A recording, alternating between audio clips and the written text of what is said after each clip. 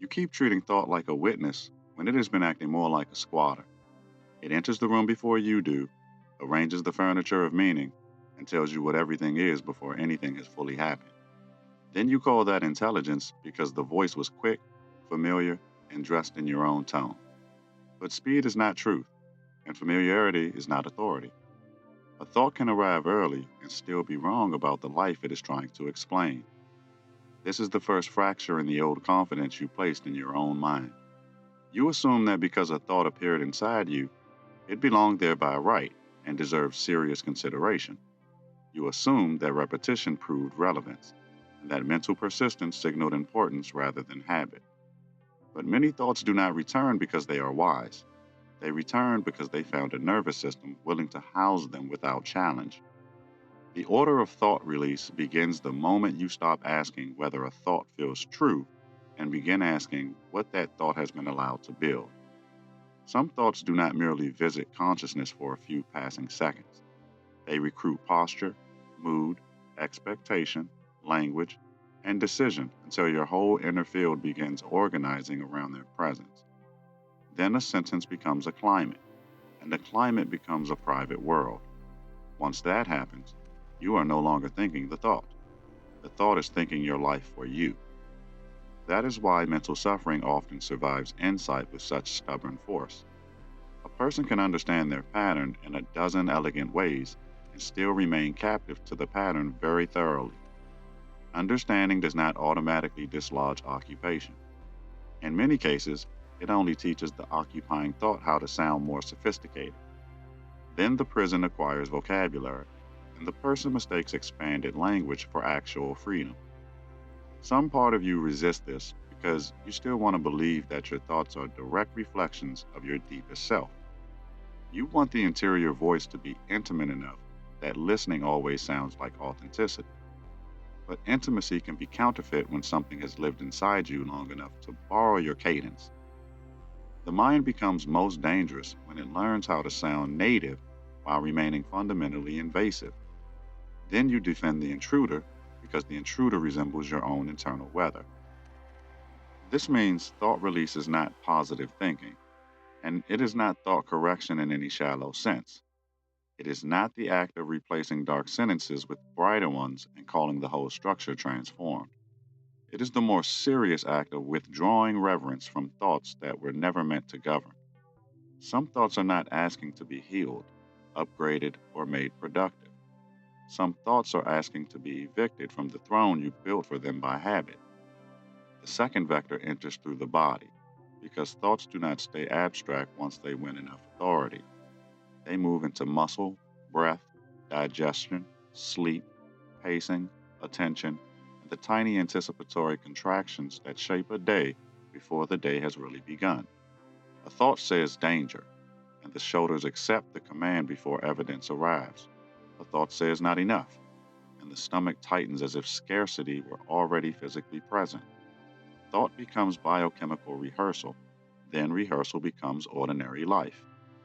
That is why people often fail to release a thought, even after they clearly see its distortion. The body has already been trained to expect the reality that thought kept predicting. So when the mind tries to loosen the sentence, the body panics as if protection itself were being dismantled. This is one reason freedom can feel reckless at first. The body had learned that certain thoughts were not merely interpretations. It had learned that they were alarms necessary for survival. A harsh objection rises here because many people secretly depend on exhausting thoughts to feel responsible. They fear that if they stopped rehearsing every possible problem, disaster would expose their carelessness. They fear that if they stopped looping, softened the grip, or released the mental guard, then life would punish them for lowering watch. So the thought becomes confused with diligence. Mental strain becomes confused with moral seriousness, and inner punishment becomes confused with maturity. This distortion reaches deeper than everyday anxiety because it alters the person's relationship to effort itself. Instead of acting from clarity, they act from compression.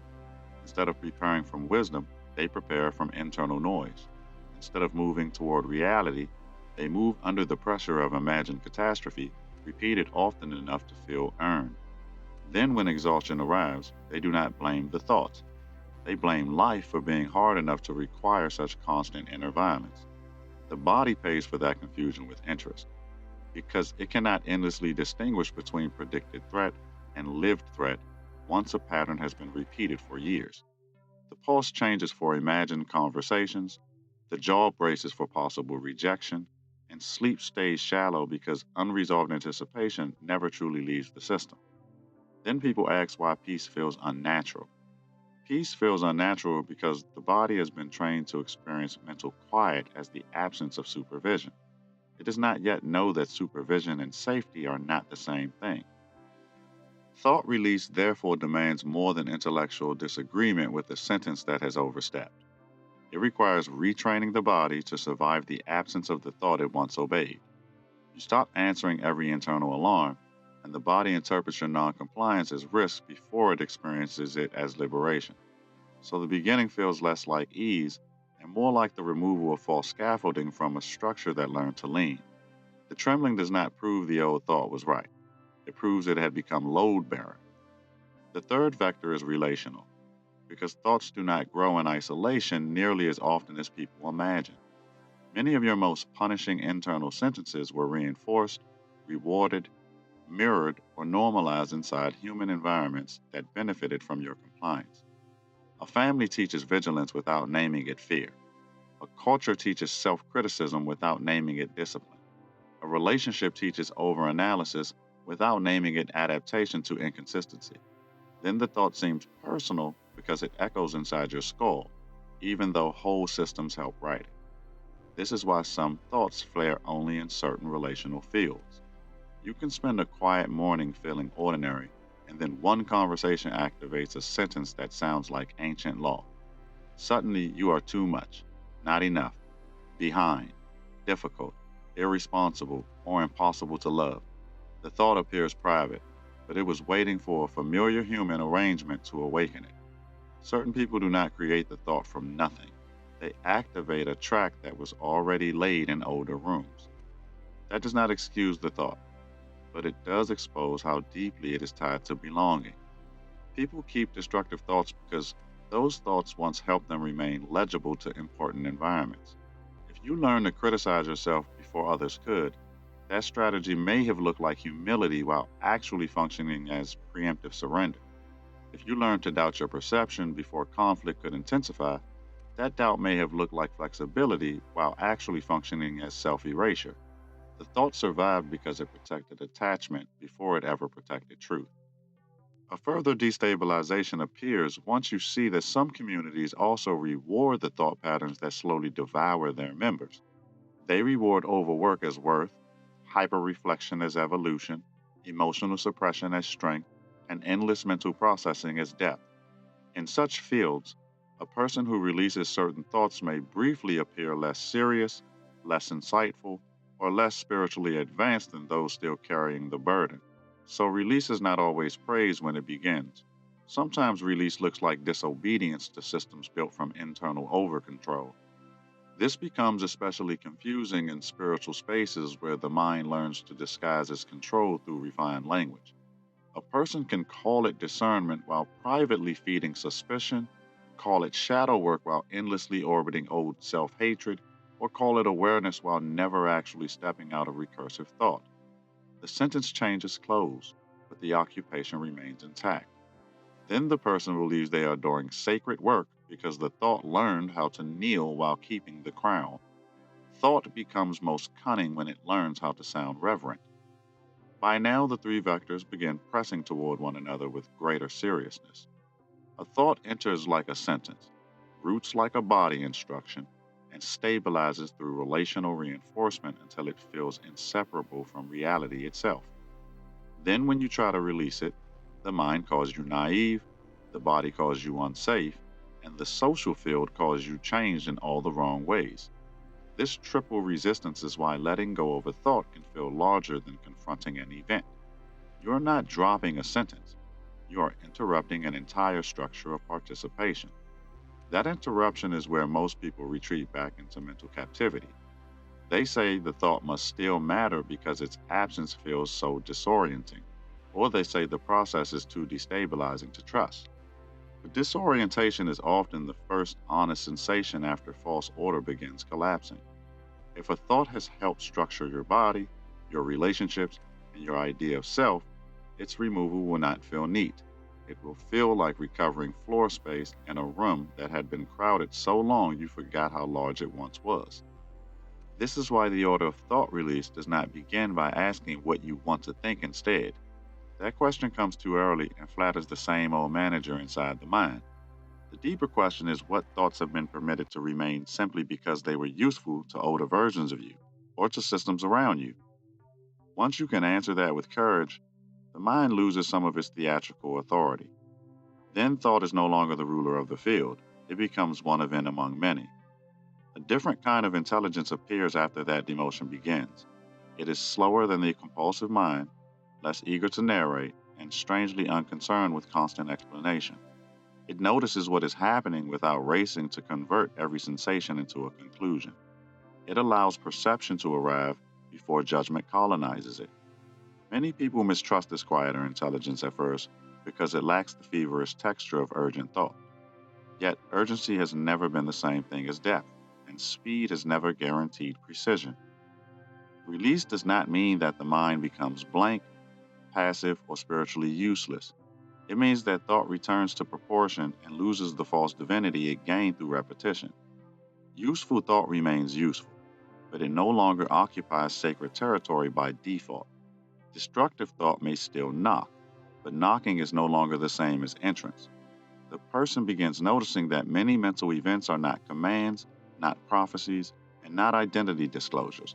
They are simply movements that no longer deserve lifelong housing. Then a harder honesty becomes unavoidable. Because once you know a thought is not inherently you, keeping it becomes a choice with moral weight. You cannot keep worshiping an old sentence and calling yourself helpless before it. You cannot keep saying that is just how my mind works if you are still feeding the pattern through rehearsal, fear, and social loyalty. Release is difficult, but difficulty does not cancel responsibility. It only reveals how much of your life had been organized around passive obedience to inner noise. So, the first teaching of this order is not to chase better thoughts with frantic enthusiasm. The first teaching is to stop treating every thought as worthy of residence, repetition, and embodied trust. Some thoughts must be answered, some can be ignored, some require examination, and some overstay their right to exist in your field at all, because they have built too much suffering while pretending to be guardians of order. From there, a more dangerous freedom begins, because the one who releases thought cannot be governed as easily by inner habit or outer manipulation. If certain sentences no longer command your body, then fear loses one of its easiest roads into behavior. If certain inherited criticisms no longer sound sacred, then systems built on your self distrust lose their cleanest leverage. If thought stops crowning itself as your deepest self, then silence becomes less empty and more alive.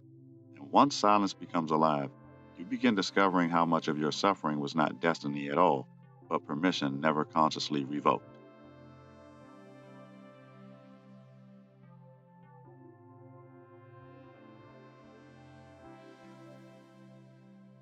You may have left the earlier pressure believing the main work was learning not to obey every thought, as if freedom were mostly a matter of better distance and clearer refusal.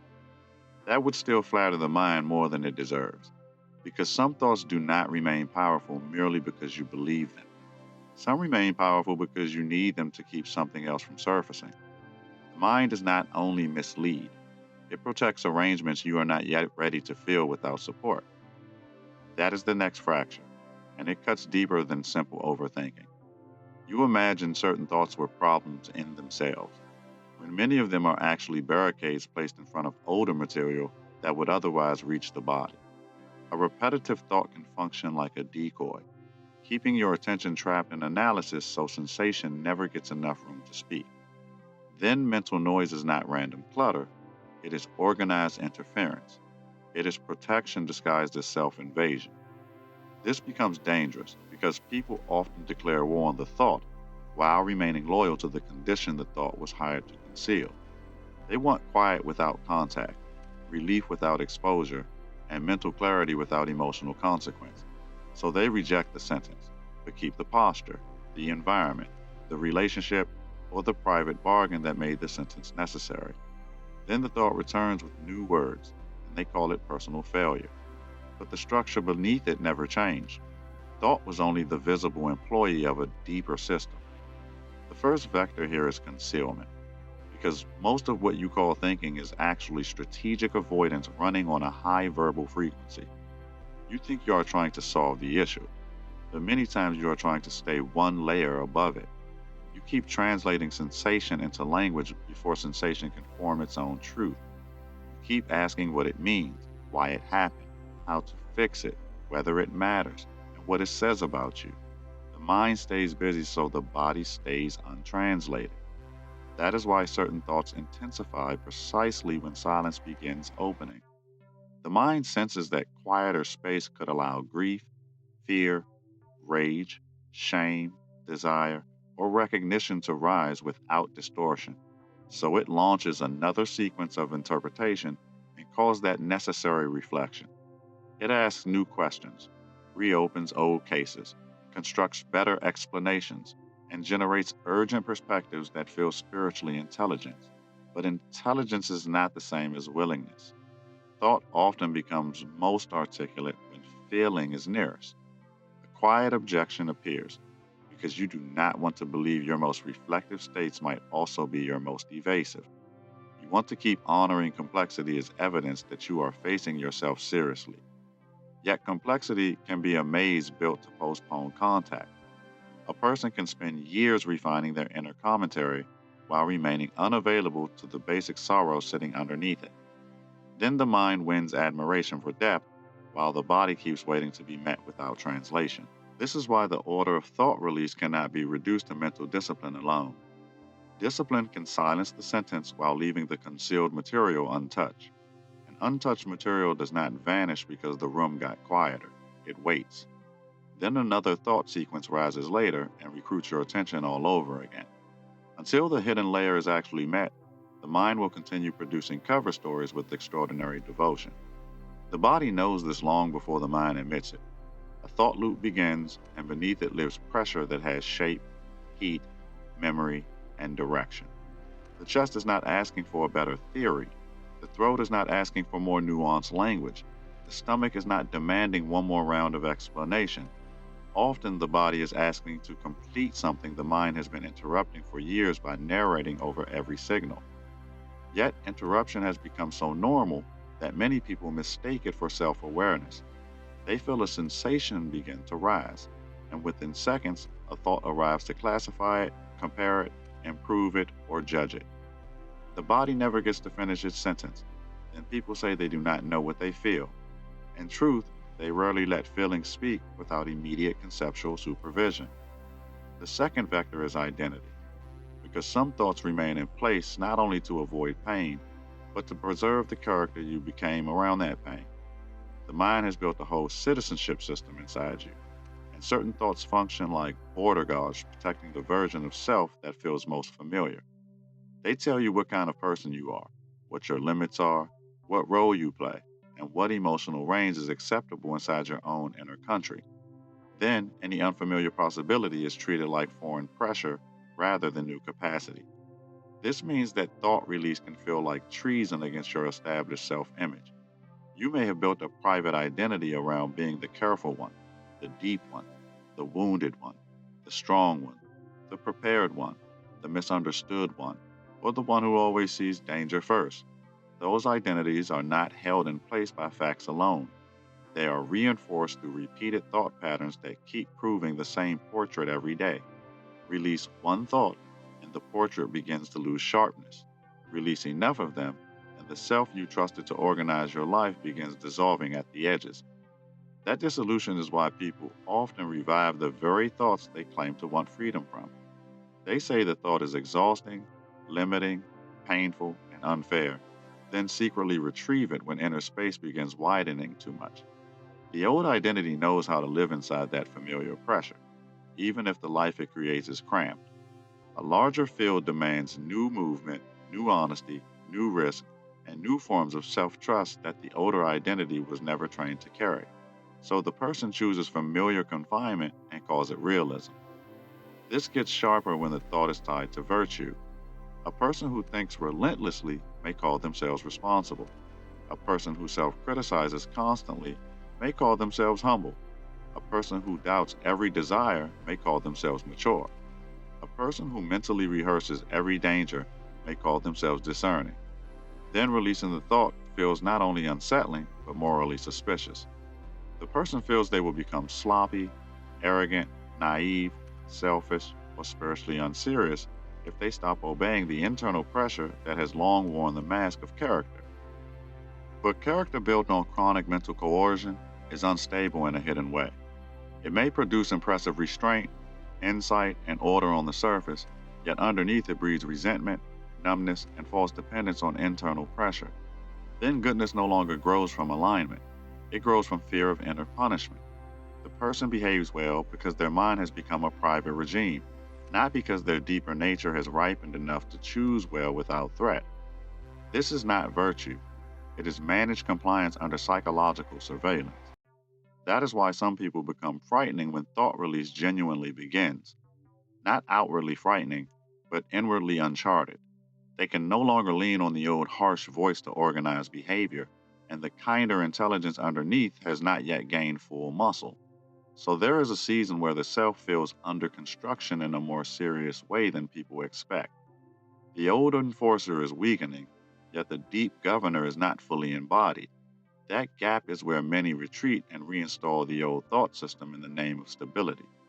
The third vector is power, because thought patterns do not only shape suffering and identity, they also determine what kinds of authority can operate through you from the inside and outside.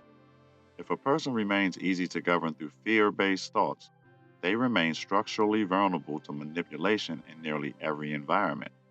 External pressure does not need to dominate them directly. It only needs to activate the old inner sentence that will do the domination on its behalf. Then power arrives from outside and gets enforced from within. This is how institutions, families, and intimate dynamics often maintain influence long after physical control has weakened. They do not need to stand over you forever. They only need to help install a thought system that keeps reproducing the same obedience after they leave the room. Once the sentence takes root, the person becomes the carrier of the command. They preempt themselves, shrink themselves, doubt themselves, over explain themselves, and delay themselves without needing constant external enforcement. The thought becomes portable authority. A serious objection rises here because you want to believe your inner life is more private than that. You want your thoughts to be yours even when they hurt you. Yet some of the sentences living inside you were trained by environments that profited from your smaller form. They may have sounded like guidance, caution, wisdom, morality, or realism when they first arrived, but their long term function was often to reduce your range, weaken your trust, and preserve systems that depended on your hesitation. The mind can become colonized while still sounding intimate. This is why thought release has political weight, relational weight, and spiritual weight all at once. Once a sentence loses authority inside you, a whole chain of external leverage may weaken with it. If you no longer believe that your needs are excessive, certain manipulations stop working. You no longer believe that discomfort means danger, certain control systems lose traction. If you no longer believe that your perception is inherently suspect, certain environments lose their easiest route into your behavior. Inner release changes outer negotiability. That makes the process more confrontational than many people admit. You are not merely choosing gentler thoughts for your own peace. You are redistributing power inside the field of your life. You are deciding which voices receive embodiment which interpretations receive energy, and which inherited commands lose their tendency altogether. This is why certain thoughts fight so hard at the threshold of release. They are not only afraid of being proven wrong, they are afraid of losing jurisdiction. Now the three vectors begin pressing into each other with greater force. The thought protects concealed feeling, preserves an old identity, and carries forms of power that once organized your life from the inside. So when you try to release it, resistance arrives from every direction at once. The mind says you are irresponsible. The body says you are exposed. The old identity says you are becoming no one. The inherited systems say you are forgetting your place. Thought release feels enormous because the thought was never acting alone. This is where people are tempted to make the process polite again. They want to keep the old thought just a little while longer, reinterpret it more kindly, or reduce its intensity without ending its rule. But there are moments when refinement becomes cowardice. Some thoughts do not need softer management. They need decisive loss of authority. They need to stop being consulted as if they were elder voices when they have built their whole record on fear, concealment, and distortion. That decisive shift does not begin with perfect inner calm. It begins with a new standard of permission. You stop asking whether the thought feels strong, repeated, convincing, or emotionally charged. You ask whether it is worthy of embodiment, whether it deepens truth, whether it leaves your body more coherent, and whether it serves the life you are actually trying to build. Many thoughts fail that test immediately once you stop worshiping familiarity. Then their value may remain for a while, but their rank begins collapsing. From there, another kind of interior order slowly becomes possible. Feeling no longer has to hide behind analysis. Identity no longer has to depend on punishment to remain legible. Power no longer moves through inherited inner commands without challenge. Silence becomes less like emptiness and more like recovered territory. And in that recovered territory, you begin recognizing something that was there before the occupation hardened into normal life. Not every thought was ever meant to become law. And once you know that deeply, the mind stops being a nation ruled by its loudest voice and becomes a field where truth must earn its right to remain. If this transmission resonated, the spiral continues. You did not arrive here by chance, and you do not leave unchanged. More teachings are unfolding across the Vaharat library, each one meeting you where you are, not where you think you should be. Follow resonance. The next threshold is already listening.